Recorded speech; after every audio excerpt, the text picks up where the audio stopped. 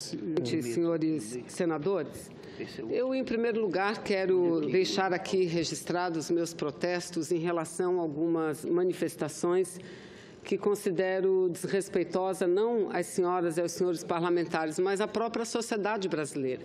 Vir ao Senado dizer que falta leitura, vir ao Senado dizer que as análises que estão sendo feitas são análises deturpadas, é, no mínimo, ser desonesto para com a população brasileira.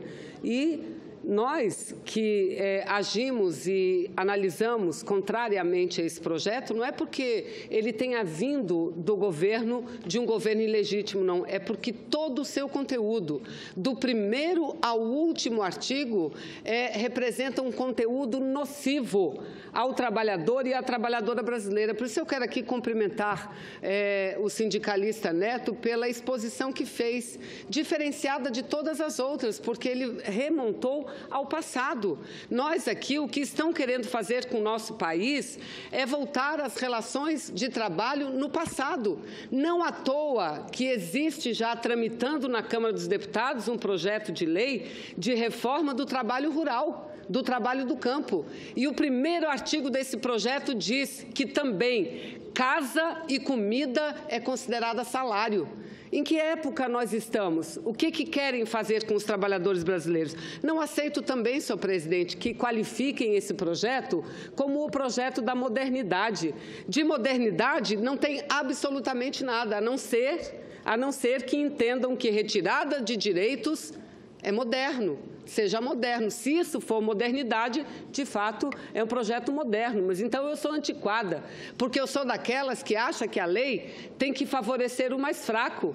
A lei tem que favorecer quem mais precisa. O Estado brasileiro tem que trabalhar para o que mais precisa e não para aquele que tem muito. E no país, hoje, nós estamos vivendo uma verdadeira inversão de valores. As reformas que esse governo da ponte, esse governo ilegítimo está propondo e está encaminhando. Quais são as reformas? Reforma trabalhista, reforma previdenciária, aprovaram ano passado a PEC do teto, agora o teto de gastos para ações sociais e para melhorar a infraestrutura do Brasil, não teto dos gastos financeiros, para remunerar o capital especulativo, para o Brasil sair do ranking número 1 do país que mais elevadas taxas de juros cobra do planeta. Não são essas as reformas. As reformas que o Brasil está vivendo não são as reformas necessárias. E quais seriam as reformas necessárias? A reforma tributária, a reforma que garantisse um sistema mais transparente e que impedisse o nível de sonegação com que nós vivemos, uma reforma tributária que invertesse essa lógica perversa do sistema tributário brasileiro, que só tributa o trabalho e o consumo, não tributa a renda dos mais ricos, não tributa a renda dos super ricos, não tributa o patrimônio, mas não são essas reformas que o governo elegeu.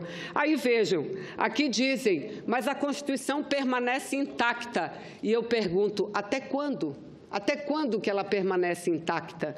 Nós agora não estamos discutindo uma reforma da Constituição brasileira, mas vejam que, infelizmente, muitos dos nossos colegas falam em seus pronunciamentos. Eu tenho cópia de um pronunciamento de um colega aqui, que ele diz o seguinte: vamos falar claro, vamos falar sério. Para o país sair dessa crise, é preciso fazer mudanças no atual quadro legal, na Constituição de 1988, porque a Constituição de 1988, nesta Constituição, aparece a palavra direito 76 vezes, enquanto a palavra dever aparece somente 4 vezes. Então é isso, são os direitos mínimos de uma Constituição cidadã é que eles estão destruindo. Nesse momento, a reforma da Previdência não destrói ainda a Constituição Federal, mas rasga uma lei de mais de 74 anos, a CLT, simplesmente rasga, a partir do momento em que diz que o negociado prevalece sobre o legislado. Mas vamos lá. Qual é a razão da reforma trabalhista, segundo os senhores e a senhora que estão na mesa e que vieram aqui para defender? Muitas reclamações trabalhistas, muitas ações trabalhistas, e o país não suporta tantas reclamações e tantas ações. Então, vamos perguntar, por que das reclamações? Por que das ações? Qual a característica das ações e das reclamações? 65% são por falta de cumprimento da lei na rescisão contratual, ou seja, na hora da demissão, 65%. Se juntarmos também as reclamações pelo não pagamento de horas extras, chegamos a 80%. Então, qual é o caminho que buscam para acabar, diminuir significativamente as ações trabalhistas? Tirar direitos. Tirar direitos, é isso que propõe. Por que não propormos pagar os seus deveres, todos cumprir com os seus deveres? Aí não vai haver reclamação, porque se o empregador pagar na rescisão contratual tudo que merece o trabalhador, não tem problema, não haverá mais ação. Mas não vamos ficar só no discurso, na teoria. Tiram direitos efetivamente. Eu sugiro aqui, senhores e senhora, leia, seja honesta. O mínimo de honestidade é necessário para esse momento de debate. O projeto propõe acabar com o salário mínimo.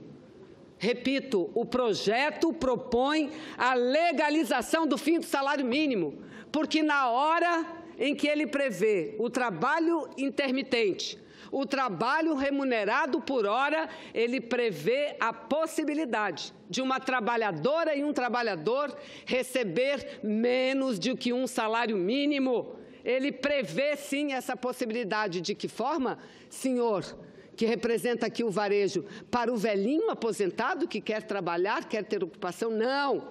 Para jovem de 18 anos de idade, para a mulher de 35, para o trabalhador que tem 40 anos de idade.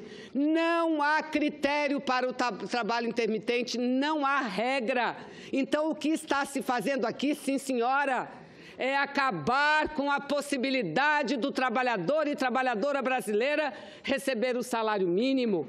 E se acaba com essa possibilidade, acaba com o próprio salário mínimo. Vamos para um outro artigo do projeto, que, aliás, tudo que eu fiz foi aprender a ler e interpretar sobre o ponto de vista do direito da maioria da população e não de uma minoria que não está sendo tocada, que sonega e não está sendo cobrada, pelo contrário, está sendo perdoada. O que diz o projeto de lei? Abre a possibilidade de uma rescisão contratual acordada. Havendo acordo para a rescisão contratual, pode-se pagar somente a metade da multa. Pode-se pagar somente a metade do aviso prévio. E sabe quanto que o trabalhador vai receber de seguro-desemprego? Zero, nada. É claro, não vai mais haver reclamação de trabalho, senador Paulo Rocha, porque o patrão vai obrigar, olha, agora a lei é essa. Se você quiser entrar na Justiça do Trabalho, você vai ter que pagar pela perícia. E nem o mais pobre está sendo isento disso. Então, pegue aqui a metade do que você tem direito. Então, é isso que está acontecendo, mas vamos lá. Criaram um outro termo, de plena quitação anual. Esse termo de plena quitação anual, o que é que significa isso? A cada final de ano, o patrão vai lá e obriga o empregado. Assine aqui, está tudo quitado. Salário e verbas trabalhistas. Depois de assinado esse termo, não há mais possibilidade de reclamação, ou pelo menos ela vai ser tão dificultada que vai tirar a possibilidade de que trabalhadora e trabalhador perca. Mas vamos lá, vamos mais do que isso.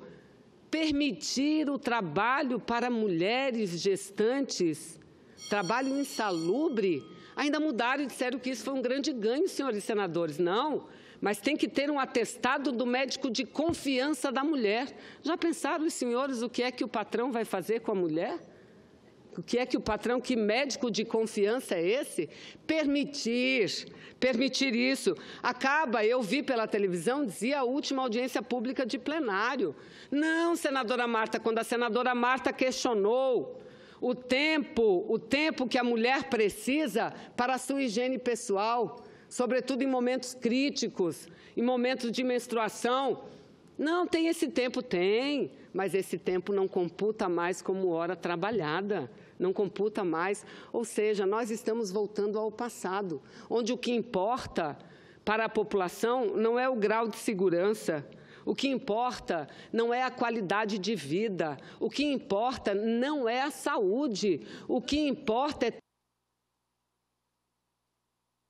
Agradeço e concluirei nesse 1 minuto, nobre senador. Eu concluo. Muito obrigada. Então, é isso que importa, é o lucro do empresário. E não é a qualidade de vida das pessoas. Eu ter que vir aqui dizer, porque na Inglaterra é assim, assim, assado, digam. Digam quanto é um salário mínimo da Inglaterra, qual a qualidade de vida do povo que vive na Inglaterra. O salário mínimo da Inglaterra, ele chega a R$ 4.800, no Brasil não chega a R$ 1.000. Num país que não tem saneamento, num país que não tem educação, num país onde as mulheres não têm creches para deixar os seus filhos. E é essa a reforma trabalhista.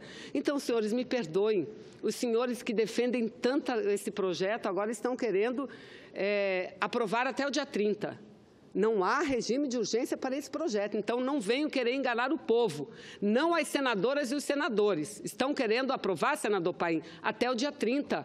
Ou seja, um projeto dessa monta, dessa magnitude, tramitar menos de um mês no Senado, é inadmissível, é inadmissível. Vamos discutir, aliás, quem defende o projeto, e eu pergunto a esses e a quem se posicionou correta e contrariamente também, quais os impactos na economia do Brasil, com tamanho nível de precarização, de rebaixamento salarial, de retirada de direitos. Eu sou farmacêutica e sei como trabalha um atendente numa farmácia, o quanto ele é explorado, mas ainda acham pouco pagar um salário mínimo a essas pessoas e querem pagá-lo agora por hora. Imagine os senhores, um guardinha de trânsito, a partir da aprovação dessa lei, vai ganhar 3 horas por dia só. No rush da manhã, 1h30, no rush da tarde, outra 1h30. É isso que os senhores querem fazer com o país? Ainda dizem que é o moderno. Não, senhores, isso não aumenta a produtividade. Isso não faz com que o país se desenvolva. Por isso eu não quero falar com quem aqui veio falar conosco, quero falar com os senadores. Não vamos